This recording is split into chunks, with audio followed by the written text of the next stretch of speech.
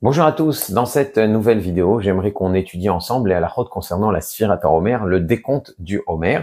Alors d'abord, qu'est-ce que signifie le Homer? Qu'est-ce que ça veut dire le Homer? Le Homer, c'est une mesure de volume qui est citée dans la Torah à propos de la manne, donc dans le passage concernant la manne, Ve'a Homer Asirit HaEfa, où le Homer, c'est un dixième de Efa. Donc c'est une mesure de volume, c'est la mesure de volume que chaque Ben Israël ramassait par personne dans le désert, c'est la mesure de manne que chacun ramassait, chaque Ben Israël ramassait, et c'est aussi une mesure que Aaron a mis de côté pour servir de témoignage pour les générations futures, pour que le peuple d'Israël se rappelle de la manne qu'ils ont consommée dans le désert et qui était là pendant toute la durée du premier Beth Amikdash. Alors à quoi ça correspond comme volume? Selon le Rav Chaim Naeh, ça correspond à environ 2,5 litres pour ce qui est de ce qu'on appelle Midat Lach, les mesures de liquide.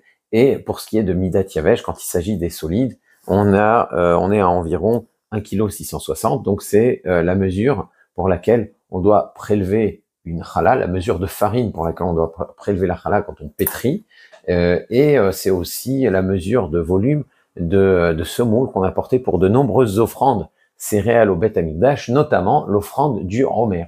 L'offrande du Homer, la Torah prévoit donc que le lendemain du premier Yom Tov de Chag HaMatzot, de la fête que nous appelons la fête de Pessah, donc le lendemain de Yom Tov, le Motzei Yom Tov, on offre un Homer d'orge au Beth Amikdash. Ça veut dire que du temps de Beth Amikdash, à la sortie de Yom Tov, pendant la nuit, on récoltait dans un des champs alentour de Yerushalayim suffisamment d'orge pour qu'une fois qu'il soit travaillé, on en obtienne un Homer de semoule, et le lendemain matin, ce Homer de semoule d'orge était offert au Beth Amikdash, et c'est ce que l'on appelle le Homer HaTeunfa, le Homer du balancement, puisque avant de l'offrir, eh bien, le Kohen devait le balancer devant le Misber, devant l'autel, dans le Beth Amikdash. Et la Torah demande, à partir de ce jour-là, à partir de ce jour où on offre justement ce Homer, de compter Shiva, Shabbatot, Temimot, Hiena, de compter 7 semaines entières. Et dans Devarim, quand on reprend cette mitzvah du Homer, donc dans la paracha des Moadim, eh bien la Torah demande de compter Tisperu Hamishim Yom. Vous compterez 50 jours. Alors ça a l'air contradictoire puisque d'un côté 7 semaines ça fait 49 jours et la Torah dans Devarim elle nous demande de compter 50 jours. Alors est-ce qu'on doit en compter 49 ou est-ce qu'on doit en compter 50? Alors on compte en réalité 49 jours et le 50e on le sanctifie comme un Yom Tov. C'est de cette façon que Tisperu Hamishim Yom, qu'on réalise le passouk de Tisperu Hamishim Yom. On n'a pas le droit, en revanche, de compter le 50e jour comme on compte les 49 autres, parce qu'à ce moment-là, on est en train de rajouter une mitzvah, on est en train de rajouter quelque chose sur la Torah, ce qui est interdit, l'otosef ala velotigra mimenu, donc dans Dvarim, Moshe Rabbeinu rappelle, on n'a pas le droit de rajouter aux mitzvot de la Torah, ni d'enlever aux mitzvot de la Torah, on n'a pas le droit de rajouter une 5e paracha dans les tefilines, de rajouter un 5e compartiment, de rajouter une 5e espèce dans le loulav. Eh bien, de la même manière, on n'a pas à compter le Homer le 50e jour. On a compté 7 semaines, Sheva, Shabbatot, Temimot, c'est ça ce qui doit être compté. Et le 50e, quand on dit Tisperu Hamishim Yom, selon le sens simple, c'est que la Torah a arrondi le chiffre, mais le 50e se compte surtout par la sanctification du Yom Tov, qui est l'aboutissement de ce décompte. Alors, quel est le sens, justement, de ce décompte du Homer? Alors, le Sefer HaChinuch, qui est un ouvrage attribué à un maître médiéval qui s'appelle le Rav Aaron Halevi, qui était le maître de Ritba. On attribue le Sefer HaChinuch au Rav Aaron Halevi, on n'est pas sûr que ce soit lui véritablement l'auteur. Il explique que en comptant le Homer, on est en train d'exprimer l'impatience qu'on a d'arriver au jour de Shavuot, au jour du don de la Torah. On montre qu'on est impatient de recevoir cette Torah comme un esclave qui travaille au soleil, dans la peine, dans son labeur, et désirerait, il a envie de se reposer à l'ombre, il désire cette ombre qui est à Eved Ishaf Tzel, c'est l'expression du Sefer HaChinuch, comme un esclave désire se reposer à l'ombre, et c'est donc cette liberté, cette libération qu'on attend en recevant la Torah au terme justement de ce décompte du Homer. Alors si c'est parce qu'on est impatient, on devrait compter à rebours. Ça, c'est ce que demande le Sefer HaChinuch. Alors pourquoi on compte pas à rebours? Eh bien, le Rav Aaron explique que effectivement, on aurait dû compter à rebours, mais étant donné qu'on est impatient, si on commençait en disant 49, il reste 49 jours, il reste 48 jours, ça découragerait, compte tenu du temps qui nous sépare du don de la Torah. C'est pour ça qu'on préfère commencer avec des petits chiffres, commencer par 1, 2, etc., commencer dans l'ordre. Alors, si c'est comme ça, à l'approche de Shavuot, eh bien, on devrait reprendre un compte à rebours, puisque là, mettons à partir de 10, je ne sais pas, eh bien là, on pourrait éventuellement imaginer reprendre un compte à rebours, puisque là, ce ne sont plus des chiffres qui découragent, mais il dit qu'à partir du moment où on a commencé d'une certaine manière, on peut pas changer le modus operandi en plein milieu du décompte. Donc ça, c'est l'explication, on va dire, l'explication simple de la raison pour laquelle on compte de cette façon-là le Homer. Mais on peut ajouter aussi une autre explication, c'est le fait que un compte à rebours, en fait, si on comptait à rebours, on serait en train de dire que le temps, c'est un obstacle. Le temps, c'est un obstacle qu'il faut tuer, qui nous sépare, en fait, du don de la Torah. Et en réalité, non. Ce qu'on veut dire, c'est que le temps, c'est un outil. Chaque jour doit être a une utilité. Chaque jour doit être utilisé pour se construire, pour s'améliorer, pour améliorer son caractère, pour étudier, de façon à se préparer justement à recevoir cette Torah. C'est pour ça qu'on ne parle pas de compte à rebours, mais justement de compte, on gagne un jour, on gagne 2 jours de préparation. C'est pour ça qu'on compte de cette façon-là. Ça, c'est ce qu'on dirait plutôt pour les Baalei Moussar, d'ailleurs, dans le Pirkei Avot, on dit qu'il y a 48 qualités par lesquelles la Torah s'acquiert. Donc les Baalei Moussar, les maîtres du Moussar, justement, disent que chacun des jours, des 49 jours du Homer, doit servir à travailler l'une de ces qualités. Et le 49e jour, la veille de Shavuot, sert de révision à toutes ces 48 qualités, les 48 kinyanim, les 48 qualités, justement, chez la Torah Niknet Mahem, par lesquelles la Torah est peut-être acquise. Alors, la fête de Shavuot, donc, si on suit les psukim, elle ne dépend pas d'un jour particulier du calendrier. Elle est pas fixée comme les autres Moadim selon une date particulière, comme le Chag HaMatzot, c'est le 15 du mois de Nissan, le Chag HaSukkot, c'est le 15 du mois de Tishrei, le Rosh Hashanah, c'est le premier jour du mois de Tishrei, et le Yom Kippour, c'est B'Tish'a l'Chodesh Ba'erev, donc c'est le 10 du mois de Tishrei, donc c'est lié au calendrier clairement. Alors pourquoi la fête de Shavuot, elle, échappe à ce principe? Alors, de nos jours, c'est vrai que le Shavuot tombe toujours le 6 Sivan, d'accord, mais c'était pas toujours le cas.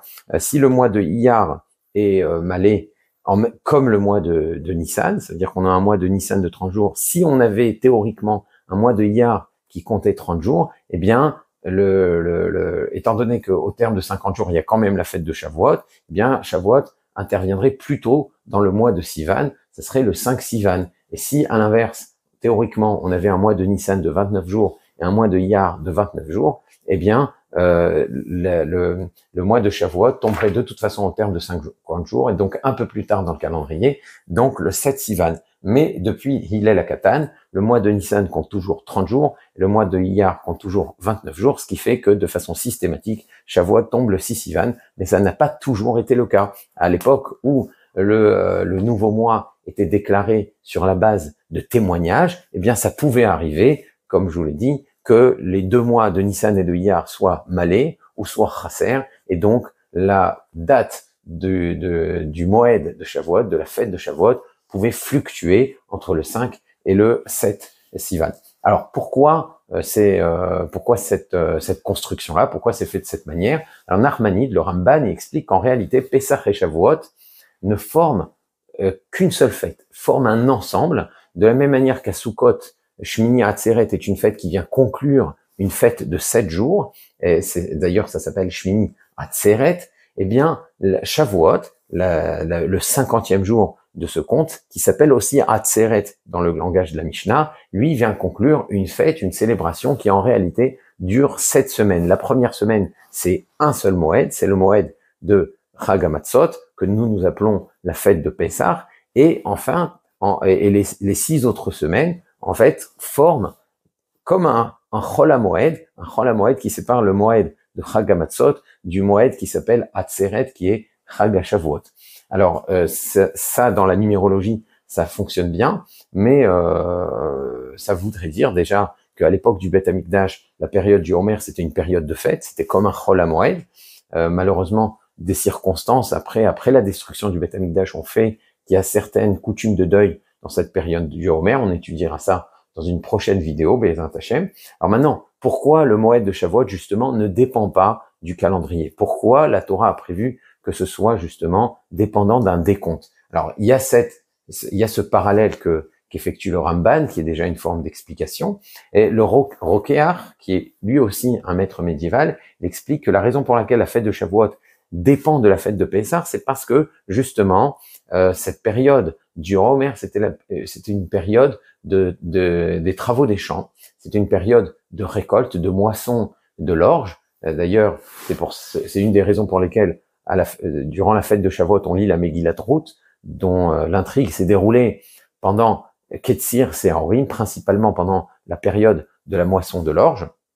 Et c'était une période justement de célébration et de remerciement et de prière pour les récoltes céréales. C'est peut-être pour ça que le top départ justement est donné par une offrande céréale, une offrande d'orge justement. Et étant donné que la majorité du peuple se trouve dans les champs, ils sont dans une période de récolte, ils peuvent peut-être pas tous être au courant des décisions du Grand Sanhédrin, des décisions du Beth Din concernant le nouveau mois, et ils risqueraient de ne pas savoir exactement à quel moment il faudrait célébrer la fête de Shavuot. Donc c'est pour ça que pour la fête de Pessah, où tout le monde est au courant, parce que tout le monde doit monter à Yerushalayim pour pouvoir effectuer le sacrifice de Pessah, ça pour la fête de Pessah, tout le monde est au courant de la fête, et à partir de ce moment-là, eh bien, on donne un décompte pour que tous les peuples, même s'il est occupé aux moissons pendant cette période-là, pendant cette période qui suit le Chag HaMatzot, ils puissent célébrer en même temps que tout le reste du peuple la fête de Shavuot. Donc ça c'est une explication pratique que donne le Rokear. Alors maintenant, est-ce que ça signifie qu'on a encore une mitzvah de compter le Homer, puisque le point de départ, normalement, c'est une offrande qui est apportée au Beth Amikdash.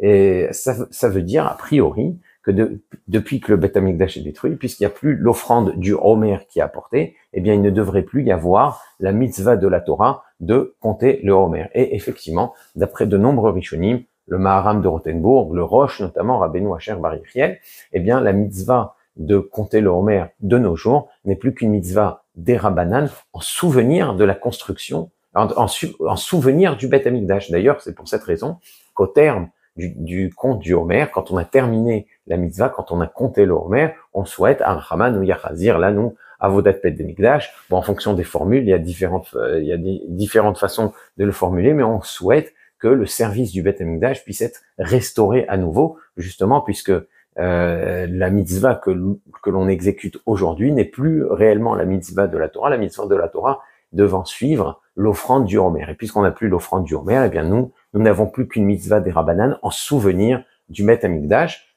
Comme on l'a dit, c'est l'opinion du Maharam de Rothenburg, du Roche, mais c'est aussi ce que tranche le Shulchan Aruch, le Rav Yosef Karo. Alors il y a d'autres Rishonim, moins nombreux certes, mais néanmoins éminents, comme le Rambam, qui pense que même s'il n'y a pas l'offrande du Homer, le décompte reste et demeure une mitzvah de la Torah. Ça veut dire que selon ces décisionnaires, on continue à réaliser une mitzvah de la Torah, même s'il n'y a plus l'offrande du Homer, Tisperu Chamishim Yom, le Homer, selon cela, a priori, ça voudrait dire que l'offrande du Homer n'est qu'un siman, un signe pour placer le curseur pour pouvoir faire ce décompte. Mais le décompte reste une mitzvah de la Torah. Donc a priori, c'est ce que pense le Rambam. Alors, qu'est-ce que ça peut changer, que ce soit une mitzvah de la Torah ou que ce soit une mitzvah des Rabbanan? Eh bien, ça a plusieurs conséquences pratiques. Alors, une première conséquence pratique, c'est concernant le texte de la tfila. Vous savez que très souvent, avant de réaliser une mitzvah, il y a un texte qui est imprimé dans les Sidurim, qui est d'influence kabbalistique très marquée, qui est celui du Lechem Yichud, où on déclare qu'on s'apprête à faire une mitzvah avec des formules qui sont propres effectivement à la Kabbalah du Rav Yitzhak Luria en particulier. Alors, dans les Lechem Yichud de certains Sidurim, on dit Areni Mouchan Umzuman, les Kayem Mitzat Aseh Shel Sefirat HaOmer. Je m'apprête à réaliser le commandement positif de compter le Homer. Or, quand on parle de commandement positif de Mitzvat Aseh, l'expression est clairement consacrée pour désigner un commandement positif de la Torah. Quand tu dis Mitzvat Aseh, ça veut dire que tu es en train de dire, je vais faire une mitzvah de la Torah, comme les tefillin sont une mitzvah Aseh, comme consommer la matzah le soir de Pessah est une mitzvah Aseh. Par contre, si ce n'est qu'une mitzvah des Rabbanan, on ne devrait pas dire mitzvah tracée. Et c'est pour ça que le Rav Ovadia Yosef dit qu'on devrait corriger ces sidorim. Ces sidorim n'ont pas un texte qui est exact, et le texte n'est pas rigoureux. On devrait dire Areni Mouchan Umzuma et Kaven Izvat Sefirat HaOmer. Je m'apprête à réaliser la mitzvah de Sefirat HaOmer, sans le qualificatif de assez, commandement positif, qui laisse entendre que c'est une mitzvah de la Torah. Donc voilà. Déjà une première conséquence. Il y en a qui disent que malgré tout, on peut maintenir le texte traditionnel de ces sidurim. Je pense notamment au sidur Patach Eliyahu qui mentionne mitzvat aseh, puisque déjà on a des décisionnaires qui pensent que c'est effectivement une mitzvah de la Torah. On a le Rambam qui pense comme ça. Mais même si tu dis que c'est une mitzvah des Rabbanan, une institution des Chachamim, des sages, en souvenir du Beth Amikdash, ça reste néanmoins un commandement positif. C'est une action qu'il s'agit de faire. Il y a des choses qui sont interdites par les chachamim, par les sages. Il y a des choses que les sages nous recommandent de faire, comme allumer les lumières de Hanouka. C'est un commandement positif, midei Rabbanan. C'est une explication que j'ai entendue du Rav Mordechai Eliyahu, Zichrono Livracha. Et donc, même si ce n'est pas si exact et si rigoureux, on pourrait, malgré tout, même si on tranche comme le Shulchan Aruch, qui pense que c'est une mitzvah des Rabbanan, on pourrait, malgré tout, maintenir le texte Areni Mouchan Umzuman, les Kayem Mitzvat Aseh, Kemo Shekatuv Batorah, même si en réalité ce n'est qu'une institution des Rabbanan pour faire comme il est écrit dans la Torah.